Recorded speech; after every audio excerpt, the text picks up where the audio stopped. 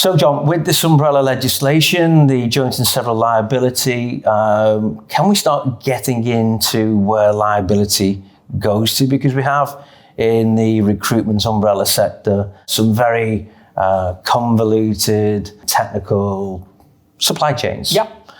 Are end clients ever liable? So the short answer is yes, they can be, depending on what sort of supply chain we're talking about. So it's not a usual supply chain, but the first one to mention is where an end client goes direct to an umbrella.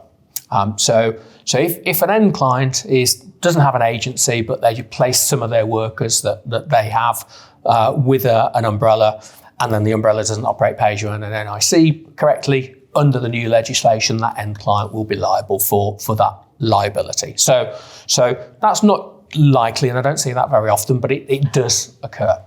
The more common example, which I think is probably taken a few people by surprise, is that if they engage an agency to pay their workers, and that agency puts them under an employment contract direct, and then doesn't operate PAY and NIC correctly, then the end client will be caught by this transfer of liability, this joint and several liability legislation, and will be liable for the agency's failure to operate pay-as-you-earn and NIC.